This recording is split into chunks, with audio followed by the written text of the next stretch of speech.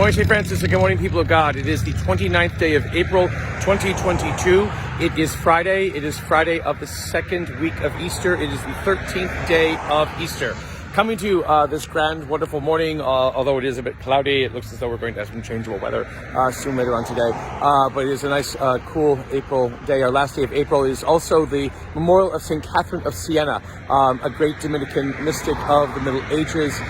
She is well known for her ability to try to get popes to reconcile with each other. She was alive when there were a series of popes, each contending to be Holy Father, each contending to be the Pope, and Catherine of Siena was the one who was basically just telling them to stop their silliness and their ridiculous actions against each other and their antagonisms against each other, and decide upon one of them to truly be the Pope, to bring unity back into the Church after a couple of decades of division.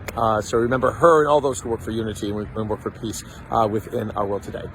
Coming to you today from our Franciscan Victory Garden, St. Francis Garden right over here, which is on Leesville Road, on the other side of the log cabin. It is our last day of Earth Week celebrations here at the Franciscan School, and so various classes are coming to take a look and see at what wonderful things are being grown and harvested in our Victory Garden over here. So again, a perfect example again of life coming to bloom in this Easter season, and the joy and wonder of what it means to grow things, and to be connected to and a part of creation. Very important Franciscan value.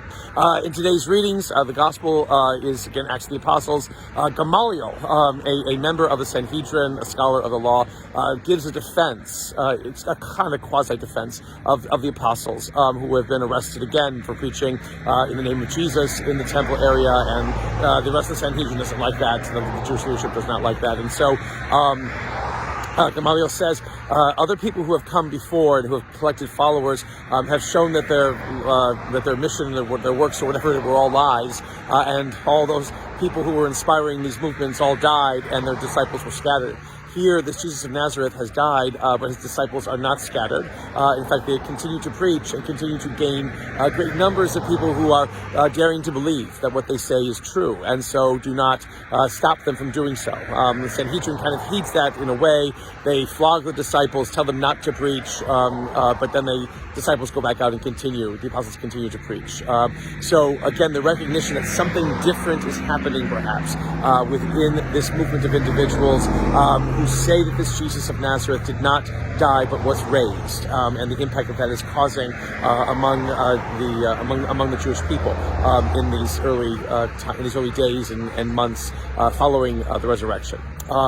In the Gospel, we have John's account of the feeding of the 5,000, which, the multiplication of loaves and fishes, which is in all the Gospels. So there must have been something that truly did happen with this multiplication of foodstuffs that Jesus is able to do when people were hungry. And again, we hear this this narrative again from John's Gospel in the Easter season always. We hear it also in other parts of the year, other times of the year, but we hear it again to look through, to understand this narrative through the lens and through the eyes of resurrection and of new life.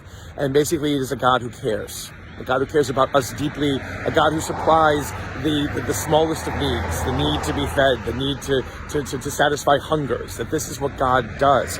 But God also does this on an earthly level. God is not just about heaven. God is about heaven and earth. And earth being that place that God has created that is filled with goodness and wonder and joy and satisfaction and pleasures and all kinds of enticements and enjoyments. Jesus feeds these people who are hungry, not just to perform a miracle, but basically to show that God again cares.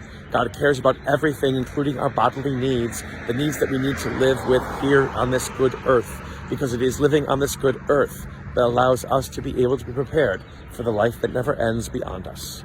A blessed Easter, St. Francis and people of God. May the Lord continue always to give you his peace.